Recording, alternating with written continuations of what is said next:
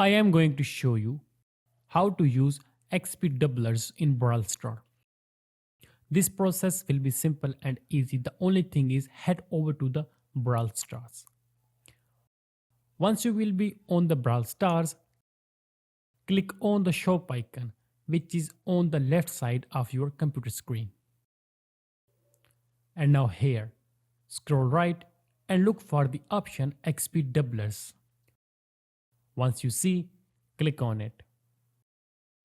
But before clicking on it, let me tell you how can you use it. You just need to click and play button here.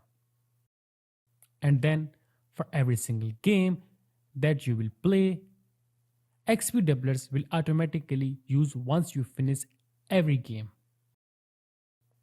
And it was the easiest way by which you can use XP doublers in Brawl Stars.